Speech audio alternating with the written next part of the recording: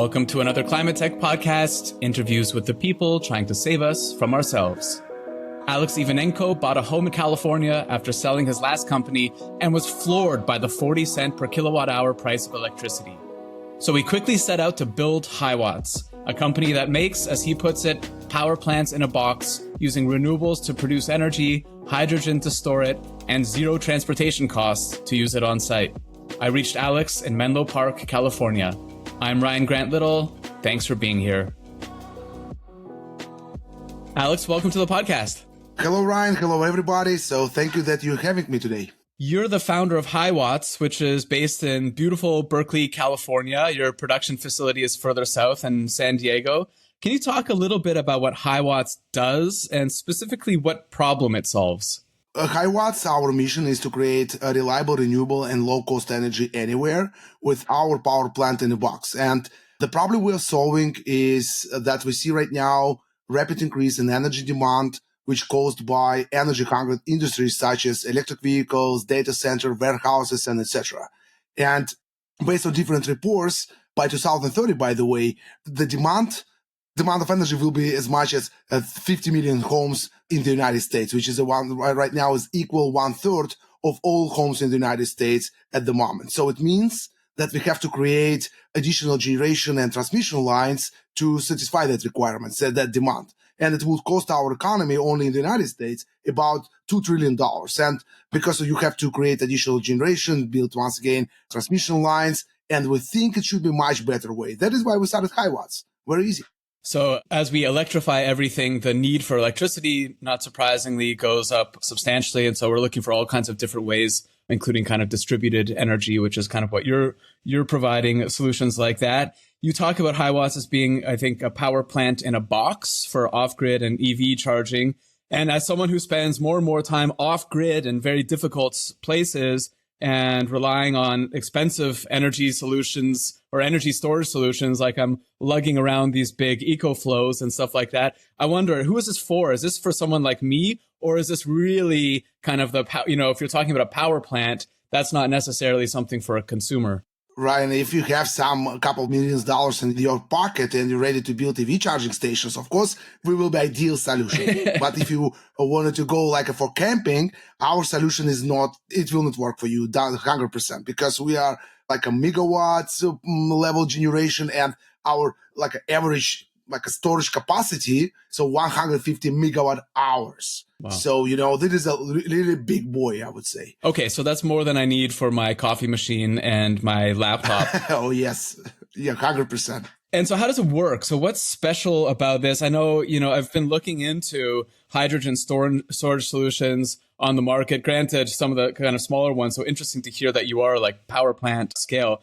I know that you're using reversible fuel cell technology, which cuts down, I think, on the amount of equipment that you need. So you can use half as much equipment as with kind of the traditional approach. Can you talk a bit about how it works specifically and what kind of the secret sauce is about the technology? Great question. So let me start from explanation how the system works. What does it mean, power plant in the box, right? So power plant in the box, as I said earlier, is to produce a reliable, renewable, and low-cost energy anywhere. And it works by combining solar generation and our proprietary hydrogen-based energy storage technology based on reversible fuel cell, as you mentioned. So let me briefly explain how it works based on EV charging station example. So during the day, solar panels generate power and directly supplied to the charging stations. Unused excess power is converted into hydrogen on-site, stored in tanks, and used as an energy storage medium because hydrogen can store a lot of energy for a long time. And when solar power is not available, such as during the night or rainy days, the hydrogen is converted back to electricity to supply the chargers for multiple days, unlike battery-based system. As a result, we can deliver reliable, renewable, and low-cost energy.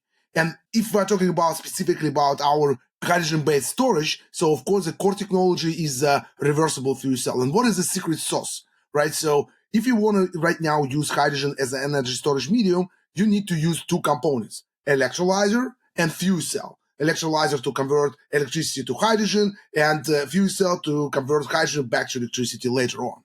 So, and it means in general, you have to pay twice for that because it's almost the similar devices, and that is why it's very expensive. The capex of this system will be very expensive.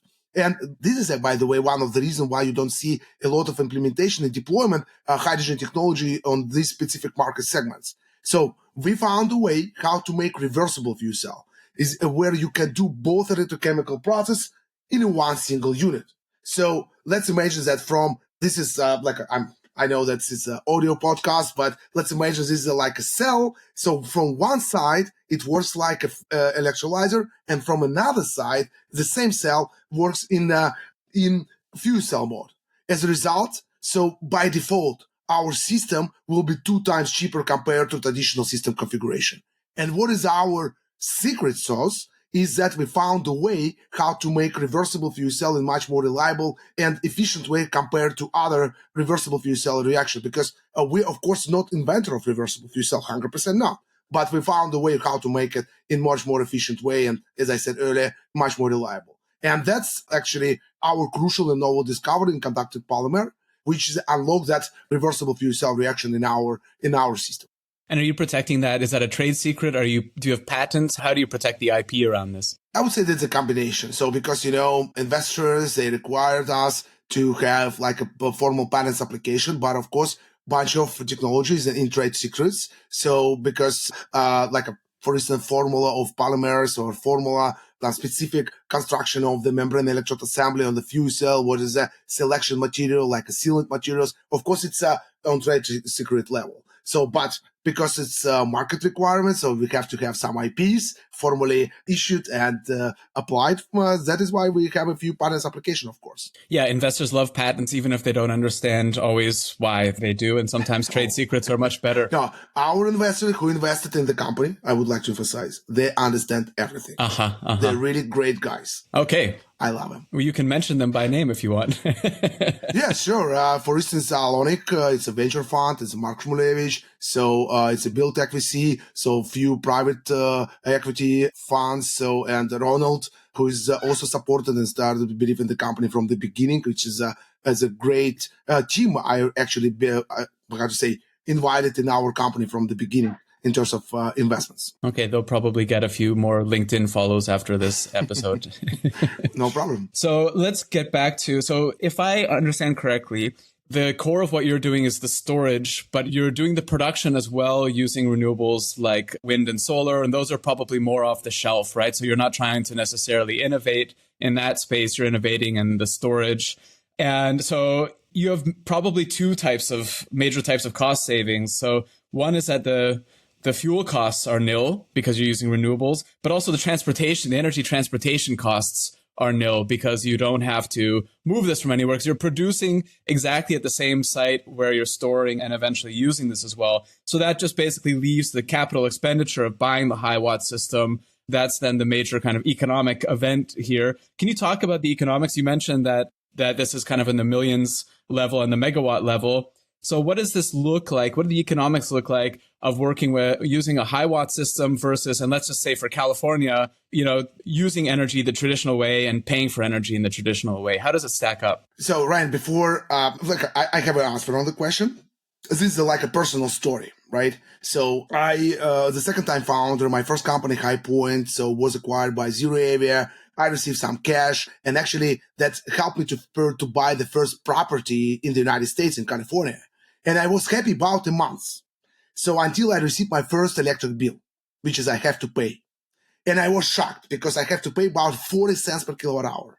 I said, wait. I heard a lot that California has a lot of renewable energy in the grid. Why I have to pay so much? I started to analyze my bill breakdown. You know what? And I figured out that more than 60% of that bill is for transmission and distribution lines. That is the reason why I started HyWatts, because I thought, so of course, renewable energy is a great technology if you need to produce locally the power, right? So that is why you must eliminate the transmission components from the bill, right? So, and back to your question about a California and pricing and etc. Of course, our technology is much cheaper compared to even utility companies because we can deliver a produce power, store that power in the place and exactly where it is needed for our customers. And just for your example, one of our customers we are working on, with on the project for electric vehicle charging hub for heavy duty trucks and cars in Mojave Desert, as the California City Industrial Park customer. So they have two limitations. The first limitation, the Edison, which is a local utility companies, can deliver them necessary power level. The second, the pricing is much higher than HyWatts can offer. So this initially started to think about big batteries, integration, blah, blah, blah.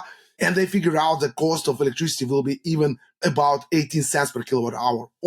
Everything is included, right? So including solar panels and etc. And when we calculated our system based on their requirements, the same modes of operation and etc., we can deliver price per kilowatt hour is about 11 cents, which is very attractive for their business model. So for your comparison, Edison depends on period of time of where you consume the energy. Business rates will be starting from like 10 cents to 32 cents per kilowatt hour.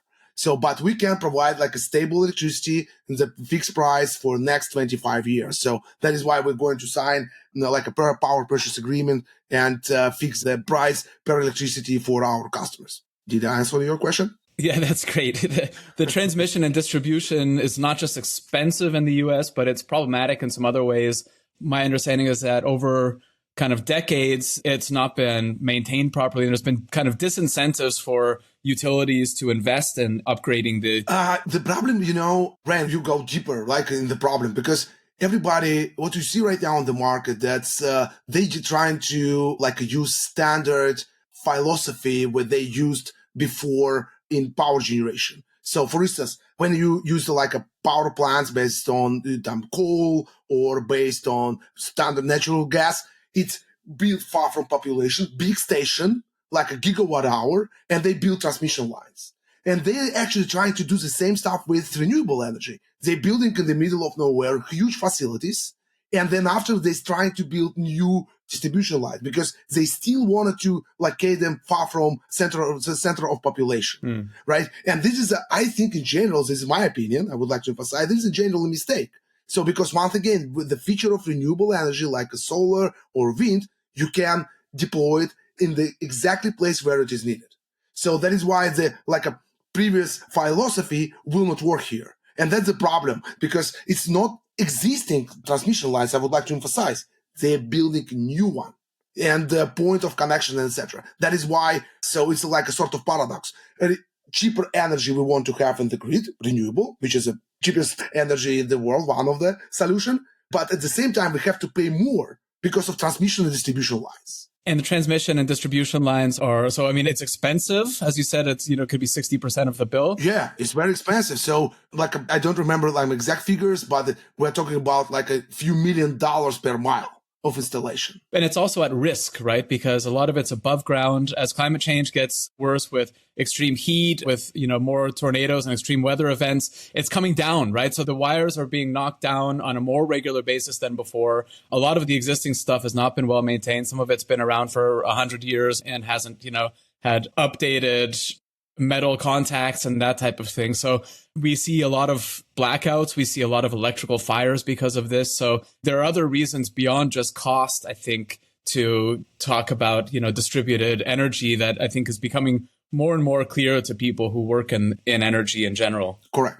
Fully agree. One of the things also that I was, thinking about is, so, I worked in renewable energy in 2006 to 2010. I was in biogas, which is kind of more or less baseload, but most of the stuff is intermittent, like wind and solar. Most of the renewables that we talk about, that we look at, that are coming online, that have, especially in the past kind of 18 years, have been more intermittent, and storage has been kind of the main issue and kind of load balancing. And so, of course, what you're doing is great for storing for intermittent, but I also was thinking it probably solves an issue of too much. Right. So if you have nuclear plants that are producing, and you can't just kind of turn down the dial on a nuclear plant, it's producing as much as it's producing. But if the demand isn't as high as the supply, you need to do something with that energy as well. And this is presumably also, I mean, I don't know if this is a use case for you right now, but are you actually looking at storing energy from baseload that's not needed as well? Yeah. So actually our technology, we are, I would say, power and try agnostic, right? So we can work with any energy which is a need to be stored, right? So in our power plant in the box, and specifically in our hydrogen-based energy storage technology, right? In our hydrogen storage. So, and of course, we can work with nuclear stations, so with solar, with wind farms. But right now, the market, what we are targeting to the EV charging station market. So, and of course, for them, deploying nuclear stations for just like, let's say, 20 megawatts, it doesn't make sense at all, right? No, but I'm thinking of legacy nuclear plants that might be online now. I mean, what do they do when they're overproducing right now? Are they basically doing the equivalent of like flaring the energy? What? I think so. Okay, I understand the question. Sorry. Nuclear station is a first priority power source. So because you're absolutely right, it's hard to be managed the type of station. So that is why when the operator manages the grid, so he provided priority to nuclear station first. So that is why they usually operate in very, very efficient, the most efficient way. So they provide exactly the power they can generate in much more efficient way. So that is why, so usually there is no such a big problem as far as I understood, right? So because once again, a grid operator, so they dispatcher, so they provide priority to nuclear first, because actually this is the most cheapest energy, right? So it's cost nothing, I would say. And then after it started to some other power plants and et cetera, depends on the peak, they turn on renewable energy, right? So as the end, because you're absolutely right, it's a high intermittence. But at the same time, all renewable energy requires to have, because of high intermittency, they require to have a sort of storage, right? So to store that energy, to be always online. So you talk a lot about EV stations, and I think that makes a lot of sense as a key use case. And I think it feels, especially in the US, that one of the major focuses on electrifying transportation. I wonder if you are looking beyond kind of the Tesla level EV and also looking at kind of commercial transportation like trucking, shipping, these kinds of things. Are there opportunities there as well? Yes, of course. So once again, we are provide the solution for our customers, right? So we actually provided a wire. So in the place exactly where you need that wire to have, right? So that is why we don't care what's type of consumption, what is the consumer will require them consume that power, right? So it might be heavy duty trucks, it might be sheep, but I don't think that is for ships exactly. So for big tankers, so it will be fully electrified. So mainly will work on ammonia. So again, they need to use hydrogen in this case anyway to produce ammonia. But in general, yes. So we're just a solution provider. So we don't think about how exactly, because based on customer requirements, we provide a configuration of the system, the configuration of the power plant. Sure, but you're targeting specific types of customers, presumably. I read today in The Guardian that in Ireland, the total power consumption for server farms has surpassed all of the residential consumption combined. Is there an opportunity for applications like that? I recognize this can work anywhere, but presumably you're targeting specific verticals first as the kind of the highest impact or opportunity ones first, and EV sounds like number one, but what are 2 and 3? Yeah, because we're a startup company. Don't forget about that, right? So, and we have to focus on something very specific where we can commercialize our technology as soon as possible. And we analyzed different market segments and community microgrids and data centers and utility scale storage. And we figure out that the most a fast path to commercialization is the EV charging station, because a lot of subsidies and incentives available on the market. Not, by the way, only in the United States, in Europe and in the United Kingdom too. So that is why we started with this market, because we understand that we can develop our technology, prove it, and then after move to next level, like data centers, community microgrids. And in our portfolio, by the way, we have already a few LOIs with developers of communities, because for them it's also very attractive to have independent power source, right? So for them, idea is about that, developer can become a sort of utility company. You can build your people who live in your community. That's great idea for them, because it will be a recurring revenue for them, right? So and once again, it's the cheapest cost and we also will deliver low cost energy in the community. Because why they want to have our technology? Not because of only price, but don't forget the land without infrastructure. So without building infrastructure, it costs nothing, even in the United States, right? So I comparatively nothing, right? So, but that is why for them, using technology like a HyWatts is very attractive. And of course, our timeline. So we expect to deliver the first system for data centers and community microgrids starting from 2027, and eventually utility scale storage from 2030, because they have a lot of requirements. The utility companies, so certified product and et cetera, et cetera. So we think that our timeline, like 5-6 years to develop the system specifically for utilities. So it's okay for us. But right now, EV charging station market, subsidies, a lot of programs, grants, not only for us, but also for our customer available. That is why we decided to start from this market first. That makes sense. So that's the target. Everything else is opportunistic. So if someone comes to you and says they want to purchase one, you're happy to sell it to them. But EV charging is the holy grail right now. You mentioned regulation and subsidy. And I wonder if you could just talk a little bit about that, maybe in the American context. So is storage and hydrogen, did these topics make it into the Inflation Reduction Act? And has this been a big boost? It sounds like it for your company. Yes, exactly. So, and actually, our technology, so it's in our product. So we have actually two byproducts, I would say, electrons itself, right? And molecular of hydrogen. So that is why we can combine different progress in the one program, I would say, in the one contract, right? So, and of course, that's great that United States, and by the way, not only here, but in Europe too, that's a lot of programs which is support penetration. But my general idea, and this is my vision and intention how to make a business, we have to make like a real case without any subsidies for our customers, right? So because all figures, all prices I announced earlier, it's not including subsidies, by the way. So because subsidies, they may expire in 2 years. I don't know, it may expire in 1 year. So what we will do, right? So anyway, you have to have a case, in a business case. And your technology should be attractive for customers, even without the story and without subsidies and different support from government. And actually, in California specifically, you may, by the way, receive up to 90% of compensation for CAPEX in using our system. That is why right now, I would say for our customers, our technology is also attractive because they can get like a real compensation, real cash of their expenses they're going to spend on building and integrate our technology in their solution. Yeah, that makes a lot of sense. And who knows what happens after November 7th if Donnie and JD come into power. That could be a very dangerous. Correct. And I'm confident actually that will be even better for HyWatts. You know what? Because a lot of companies right now like building their business model based on only subsidies.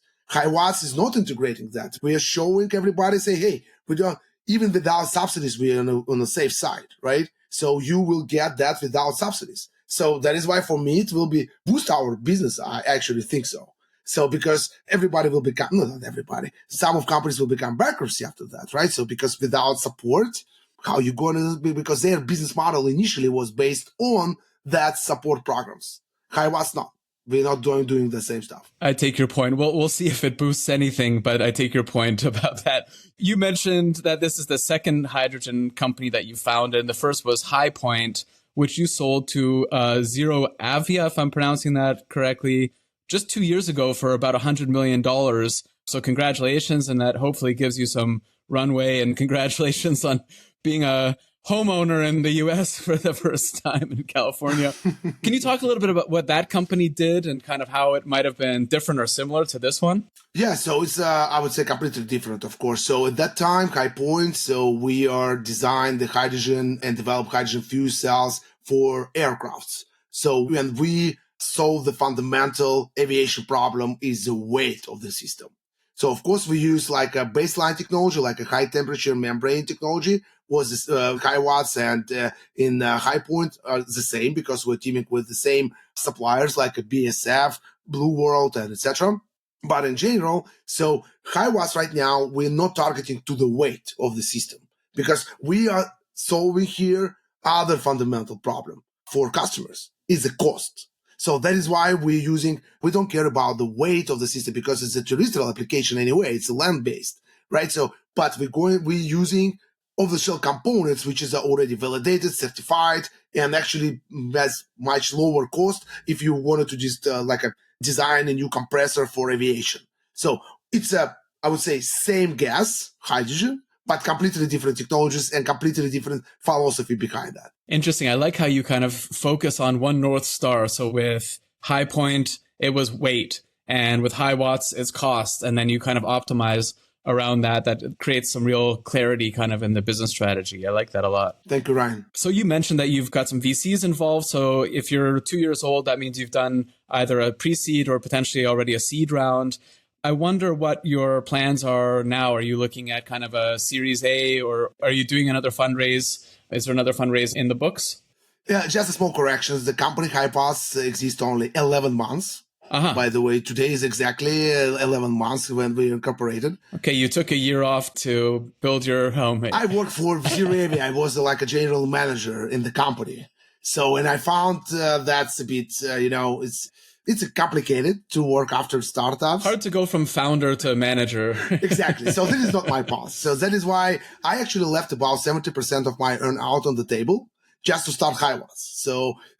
So we exist only 11 months, and you're absolutely right. So we actively working with investors. I invested my personal money into in the company from the beginning. Our co-founders actually invested money. So, and we, of course, I went to my previous investors because it was a successful deal for them. And they also put some money in the beginning. But that's, we call like a friends and family rounds, right? So, and right now we're closing our pre-seed stage round. So I think that in a couple of weeks, we will expect to have announcement that we closed our full pre-seed round. So, so we're actively working with different investors who's an expert, as I mentioned earlier. So they understand the technology and the potential of the technology for the future.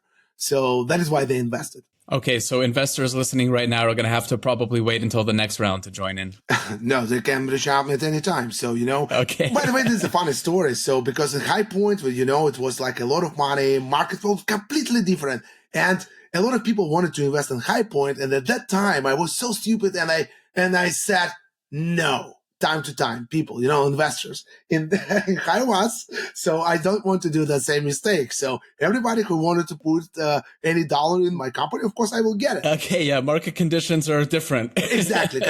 Tours of that it might be different, depends on the situation. But of course, everybody are welcome. Okay, Alex is open for business. And what's the best way for people to get in touch with you if they want to participate in your mission in that way or in any other way?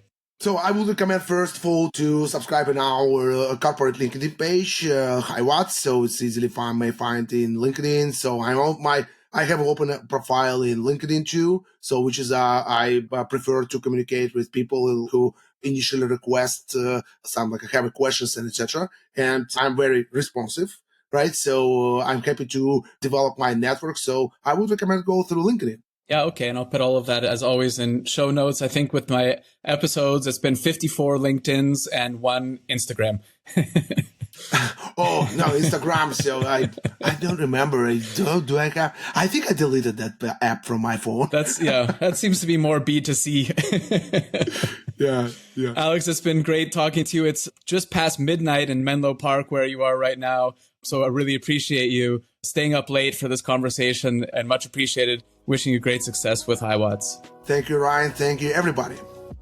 Thanks for listening to another ClimateTech podcast. It would mean a lot if you would subscribe, rate, and share this podcast.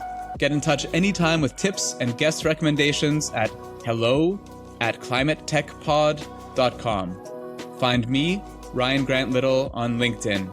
I'll be back with another episode next week. Bye for now.